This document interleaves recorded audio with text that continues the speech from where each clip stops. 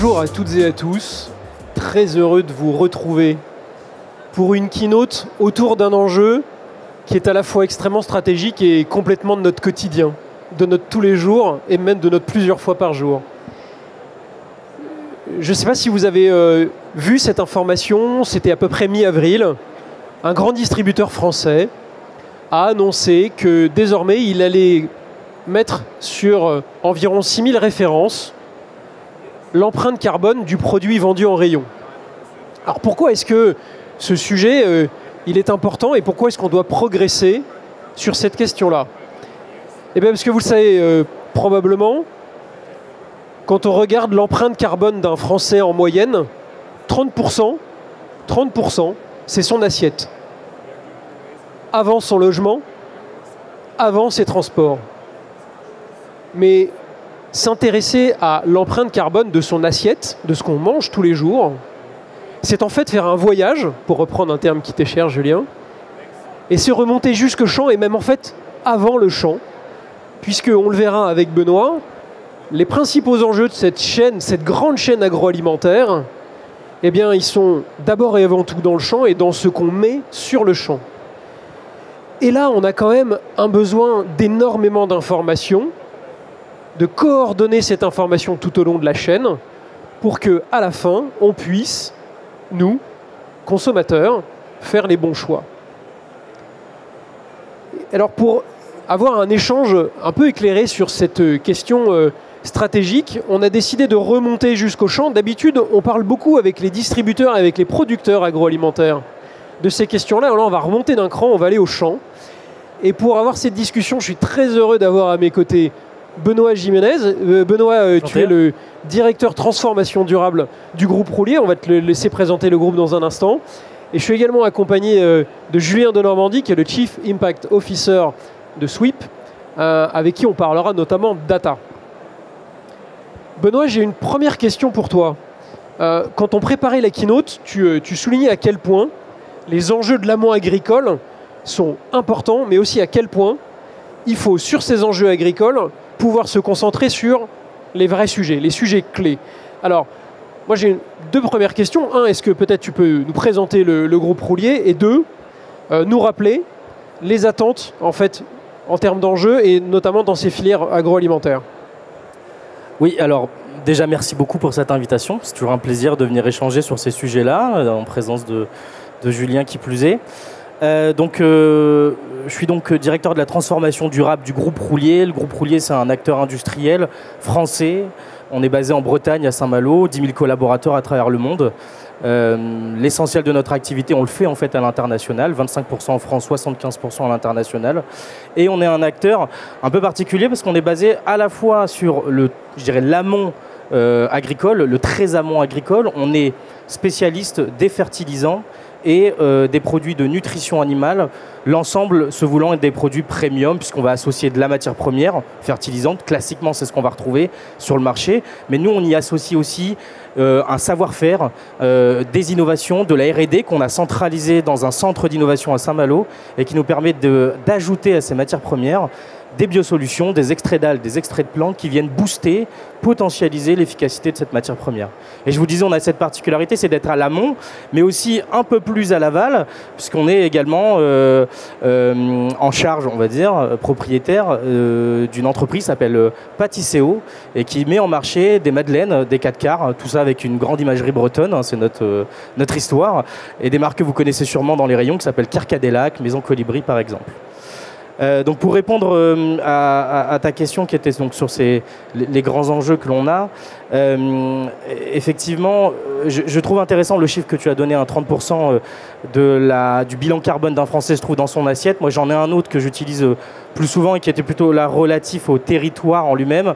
20% du bilan carbone de la France et de l'Europe, c'est l'agriculture. Alors donc si on y rajoute au final ce qui se passe après, l'industrie agroalimentaire et ce qu'il y a aussi un peu en amont, ça ne m'étonne pas qu'on tombe sur ce 30%.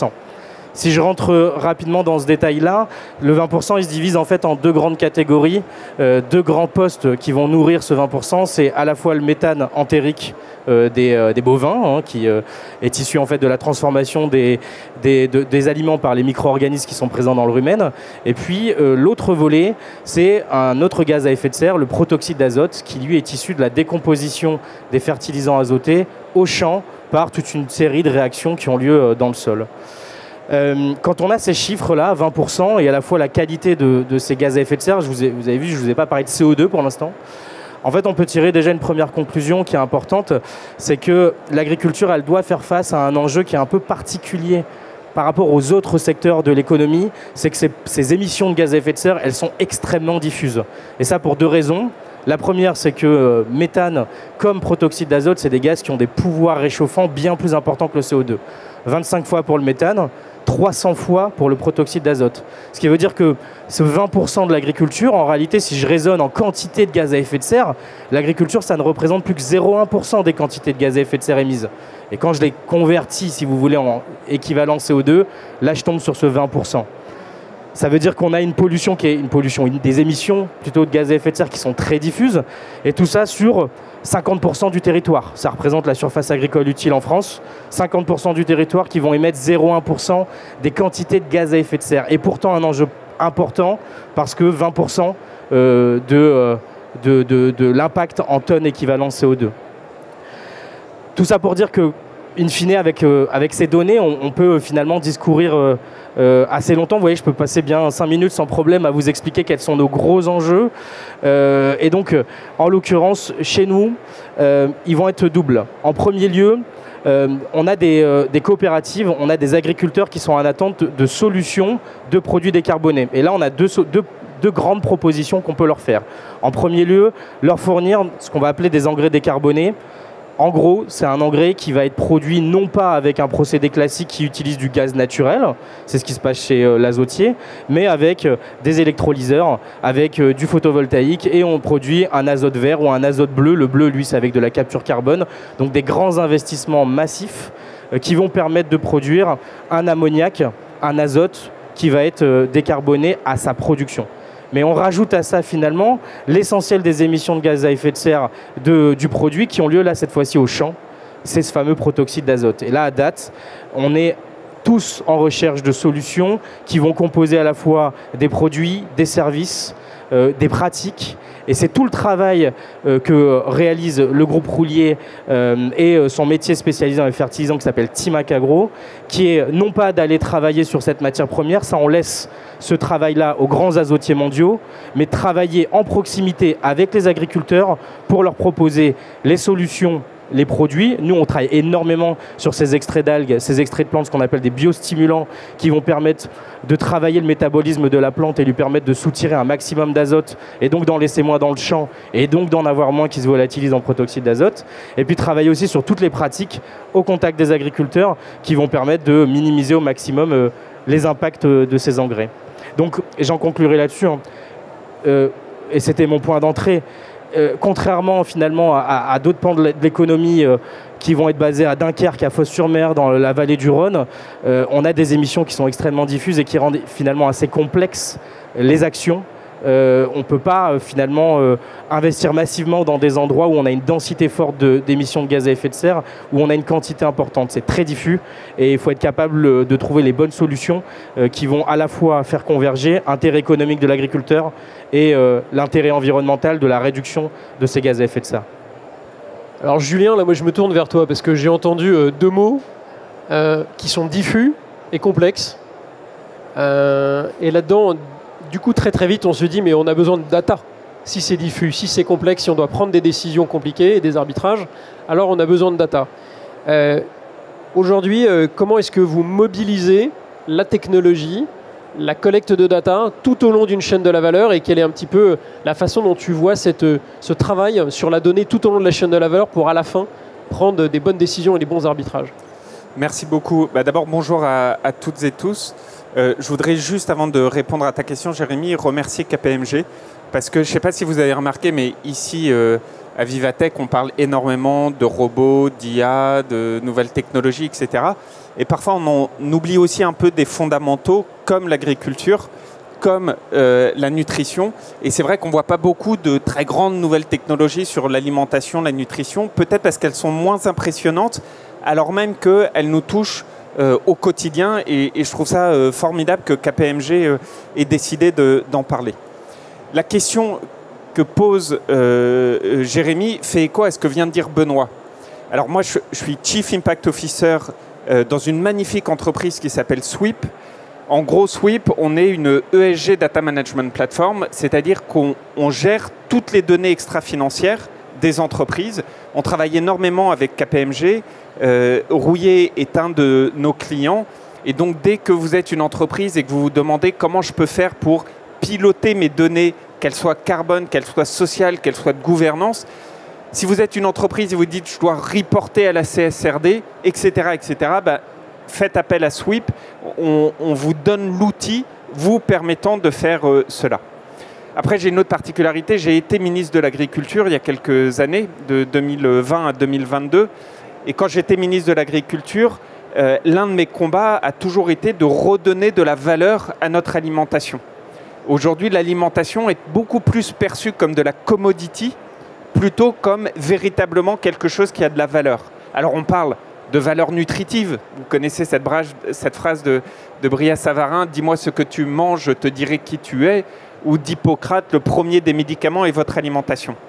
Mais on ne parle pas suffisamment de la valeur environnementale. Or, ce que vient de montrer Jérémy, c'est qu'en fait, en fonction du type d'engrais que vous allez utiliser, en fonction du type de production que vous allez faire, vous allez plus ou moins protéger l'environnement, plus ou moins être émissif en protoxyde d'azote ou en méthane, et donc avec un impact sur le réchauffement climatique. Mais la grande difficulté, c'est que tout ça est invisible si on n'arrive pas à le monitorer par la donnée. La valeur nutritive, vous pouvez le ressentir dans votre propre être. La valeur environnementale et protection carbone d'un plat et de l'alimentation, eh bien, on vous dit à longueur de journée, attention, c'est plus ou moins émissif. On vous dit, ça va donner tant de tonnes de carbone. Mais en fait, la réalité, c'est qu'on ne le perçoit pas, sauf dans des journées comme aujourd'hui, où on voit les effets du changement climatique. Et donc, nous, notre travail chez Sweep, c'est de réussir à rendre visible ce qui est invisible, c'est-à-dire ces données environnementales. Et c'est ça la plateforme qu'on a créée. On va aller collecter des données d'activité, on va aller les convertir dans des données carbone, et on peut le faire avec une granulométrie très précise, c'est-à-dire qu'on peut le faire depuis le champ jusqu'à la fourchette, pour reprendre le titre de la table ronde. Et pourquoi c'est hyper important? Parce que c'est invisible pour nous, mais la réalité m'oblige à dire que c'est aussi invisible pour le marché aujourd'hui. Le marché, très peu, prend en compte les données environnementales. Et c'est ça qui est un drame. C'est-à-dire que si moi je suis agriculteur et je décide de faire appel au groupe Rouillé en disant je vais mettre un engrais moins émissif. Si moi je suis une coopérative ou un industriel, je fais appel à KPMG en disant KPMG, s'il te plaît, fais-moi le plan de transition. Ou je fais appel à Sweep en disant j'ai besoin d'avoir toutes ces données de manière granulaire. Vous voyez, l'équipe conforme. Mais si derrière le marché ne me donne pas la possibilité de valoriser tout ça, eh bien je suis en difficulté et je vais moins vite. Et donc, rendre visible ces données carbone, c'est un impératif, y compris pour redonner de la valeur à notre alimentation, ce qui est, je crois, quelque chose d'essentiel aujourd'hui. Merci. Et alors, moi, il y avait un autre élément qui, je sais, vous est cher à tous les deux, et là-dessus, j'aimerais bien t'entendre, Benoît. C'est que souvent, on entend des solutions simplistes, que tu qualifies de simplistes. Et finalement, est-ce que cette maîtrise de la donnée qu'évoque Julien, cette mise en avant, cette mise en lumière de la donnée, c'est pas d'abord et avant tout un moyen de reposer les bons arbitrages et d'éviter des solutions simplistes et d'améliorer les collaborations avec l'amont, avec l'aval.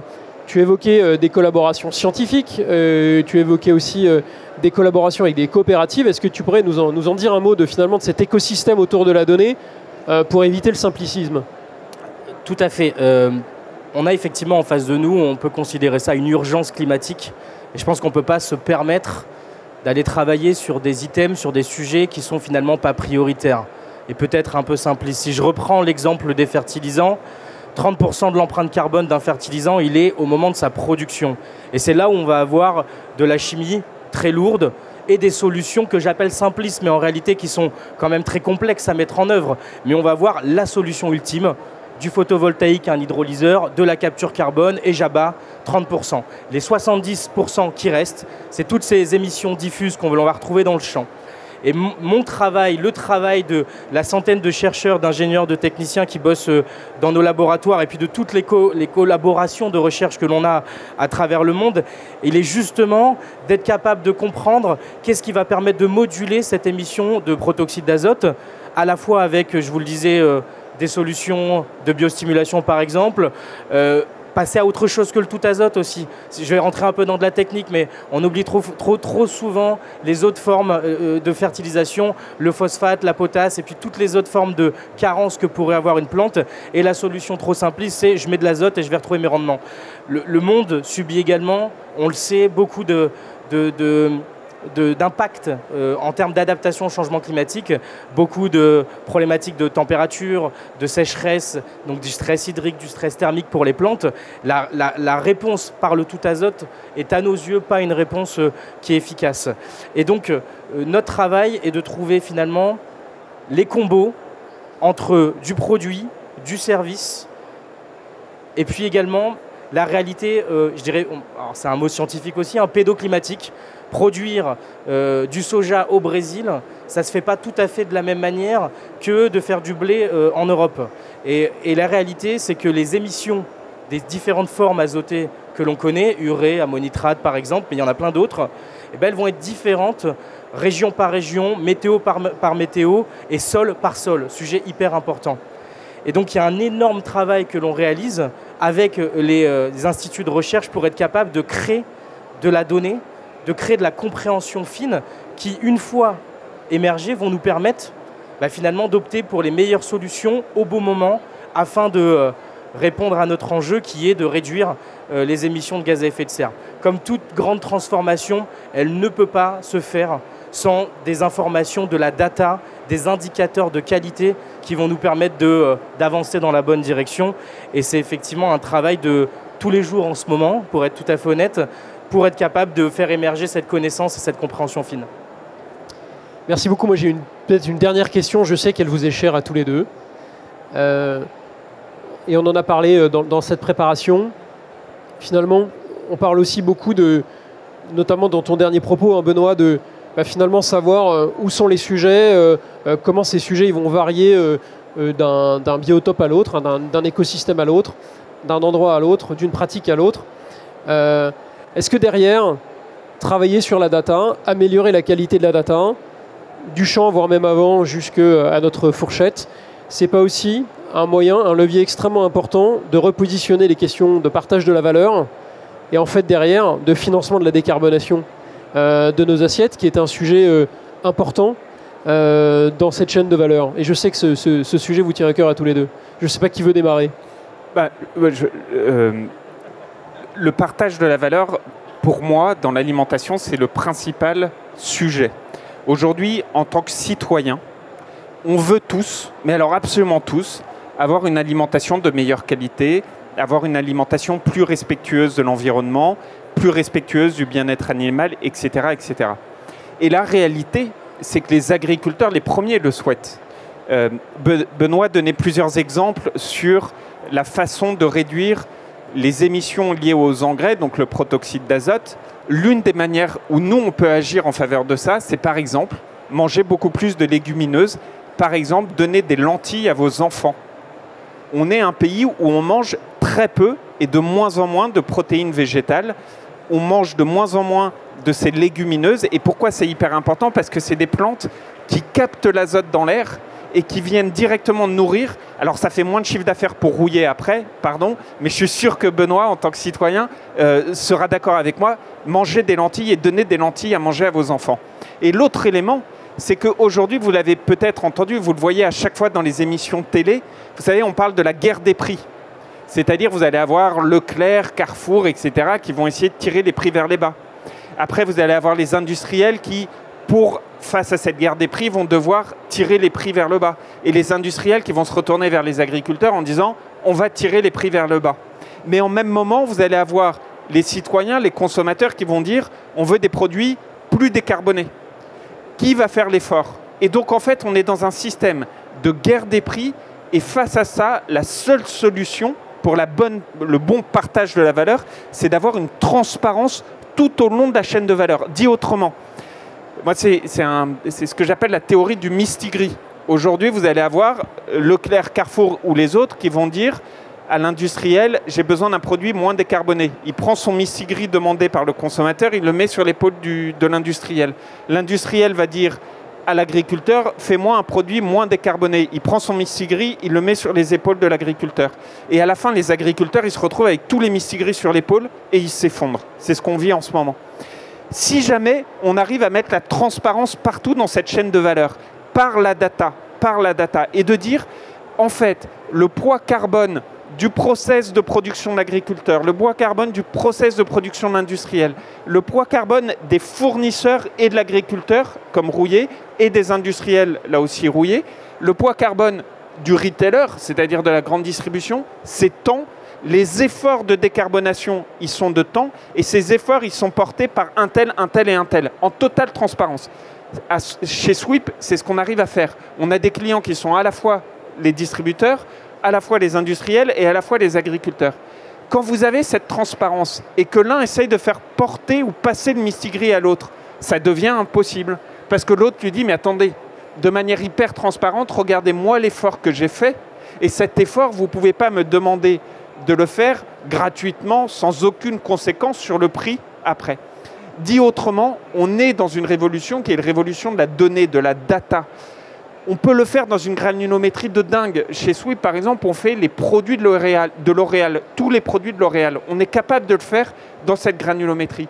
Quand cette révolution de la data, elle est mise au service de mettre en avant ce qu'est la valeur, et notamment la fameuse valeur extra-financière, la valeur de l'environnement, on arrive à passer une étape décisive.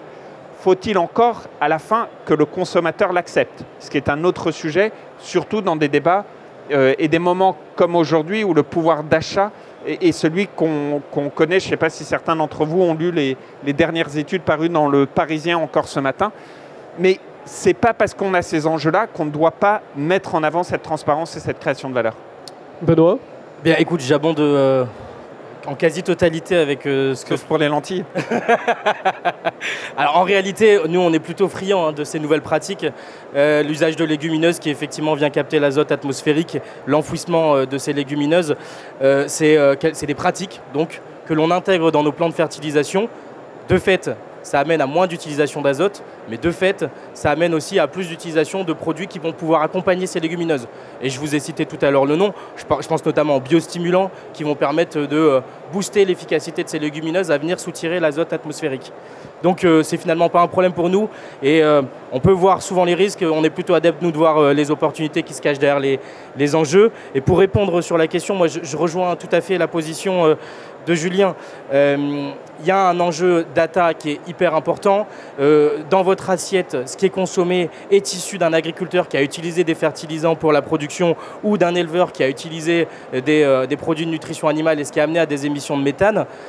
La réalité, c'est que derrière tout ça, il y a des produits que l'on met en marché, il y a des pratiques et que tous ces combos qui s'associent vont être différents pays par pays, région par région, éleveur par éleveur. Il y a une masse de données, une hétérogénéité de la data qui doit arriver jusqu'au consommateur, jusque sur le packaging de ce que vous achetez, mais ce que j'achète aussi en tant que consommateur, pour nous permettre de finalement avoir toute l'information pour prendre les décisions les plus éclairées.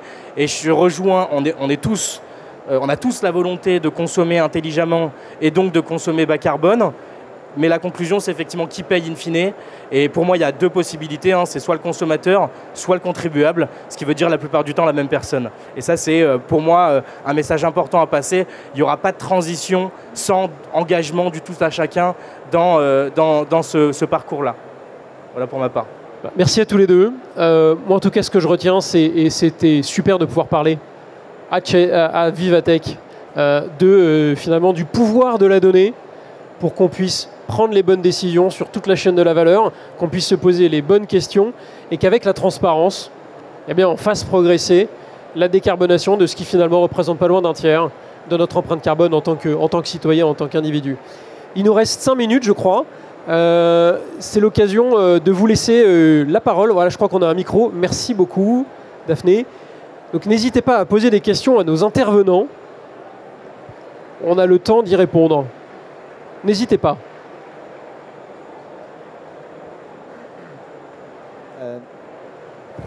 Tout le monde entend bon. Dans tout ça, est-ce que la data permet de faire ressortir l'impact de certaines pratiques, notamment là, sur l'assiette et puis sur la valorisation du produit? Je pense par exemple à l'agriculture biologique et à toutes ces pratiques alternatives qui sont censées justement améliorer un peu notre empreinte sur l'environnement et qui de l'autre côté ont plutôt l'écoute du grand public pour pouvoir valoriser ça un petit peu différemment du reste. Alors oui, évidemment. Ça dépend des objectifs. Par exemple, l'objectif de biodiversité sera surtout l'agriculture biologique. L'objectif carbone, ce sera beaucoup plus l'agriculture de conservation des sols, celle qui enfuit le carbone dans le sol, et en fait c'est le non-labour. Et parfois d'ailleurs on a des objectifs qui viennent se percuter parce que cette agriculture de conservation des sols, elle nécessite d'utiliser du désherbant, vous savez le fameux glyphosate. Et donc vous voyez les débats qui sont compliqués, vous avez des objectifs environnementaux qui viennent se percuter. Donc oui, c'est possible, mais nous, ce qu'on constate chez Sweep, c'est qu'on peut faire l'image. Okay, donc on va dire une coopérative agricole ou un industriel qui fait des brioches, on vous fait évidemment de manière très détaillée le bilan carbone de vos productions, de votre chaîne de valeur, etc. Mais en fait, le point le plus important pour nous, c'est pas tant l'image que la dynamique. C'est-à-dire que vous avez des méthodologies qui existent. Ces méthodologies, elles sont parfois encore pas assez matures, voire délirantes. Je vous prends un exemple.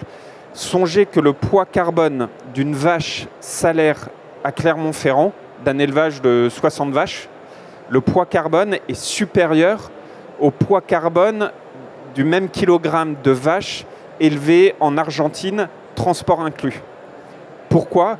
Parce que vous allez avoir un élevage très extensif à Clermont, avec des prairies permanentes, des sols absolument magnifiques, vraiment magnifiques, et vous allez avoir un élevage avec 10 000 bovins où on va non pas donner de l'herbe, mais donner un aliment qui va être plus facilement digéré par le bétail, un peu moins de méthane, et comme le disait Benoît tout à l'heure, le méthane, très gros pouvoir émissif, et donc avec le transport, même inclus, meilleur pouvoir carbone. Mais là, on voit que c'est délirant, parce que, en fait, qui peut souhaiter d'avoir des élevages de 18 000 vaches en bâtiment en Amérique du Sud qu'on importe? Pourquoi? Parce que la méthodologie aujourd'hui utilisée, qui s'appelle Agribalise, ne prend pas en compte le bilan carbone positif des prairies permanentes, qui sont ces magnifiques champs, ces magnifiques sols, mais vraiment magnifiques sols. Moi, je suis ingénieur forestier à la base. La forêt a fait une OPA sur les sols. C'est-à-dire qu'aujourd'hui, si je fais un sondage, là, je vais vous dire où est-ce qu'on capte le carbone le plus. Tout le monde va dire dans les forêts. En fait, non, c'est d'abord les phytoplanctons dans les océans, et après, c'est les sols, et notamment les sols des prairies permanentes des éleveurs. Et après, c'est les forêts. Et donc, en fait, aujourd'hui, on a des problèmes aussi de méthodologie. On le voit avec KPMG quand on travaille ensemble sur des projets. Mais une fois qu'on a dit ça, pourquoi on les utilise tout de même? Parce que le plus important, c'est de savoir où vous vous positionnez par rapport aux autres et surtout comment vous vous positionnez sur la durée. C'est-à-dire, oui, on va dire pour l'agriculture bio, pour l'agriculture de conservation, pour tel type d'élevage, c'est à peu près ça. Mais surtout, on va dire comment on vous accompagne dans une trajectoire de réduction de vos émissions. Et en fait, on sait aujourd'hui que le défi, ça n'est plus simplement de savoir où est-ce que je suis, c'est surtout de savoir est-ce que je suis dans une bonne dynamique. C'est ça qu'il faut mesurer.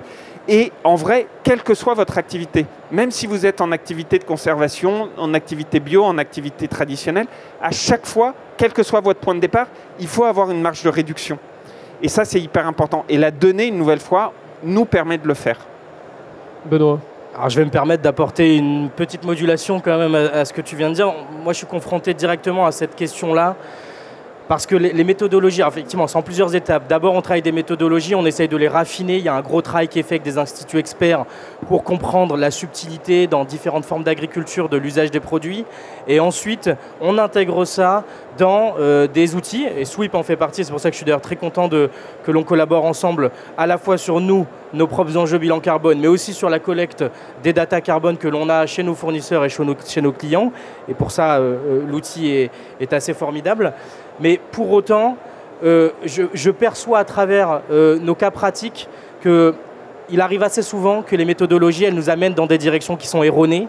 Et l'exemple des solutions simplistes, pour moi, est là. Je vous donne un exemple. Si j'écoute les méthodologies, alors on arrête l'utilisation d'urée et je mets que de l'ammonitrate. Vous allez me dire, ok, j'y comprends rien, mais la production d'un ammonitrate émet moins de CO2 équivalent que la production d'un urée. Mais on oublie toute la capacité qu'on a à mettre de l'intelligence sur l'usage du produit. Et moi, avec des biostimulants, avec des pratiques et des usages, je suis capable, à rendement équivalent, d'utiliser bien moins d'urée que d'ammonitrate en face. Et le problème, c'est donc que la méthodologie, elle m'engage dans une unité de calcul qui est la tonne de CO2 par la tonne d'azote, par tonne d'azote, alors que moi, ce qui m'intéresse, c'est surtout de réduire les tonnes d'azote que je vais mettre au champ. C'est pour ça que j'en reviens à la question des légumineuses. C'est une vraie solution sur laquelle il faut qu'on travaille beaucoup plus.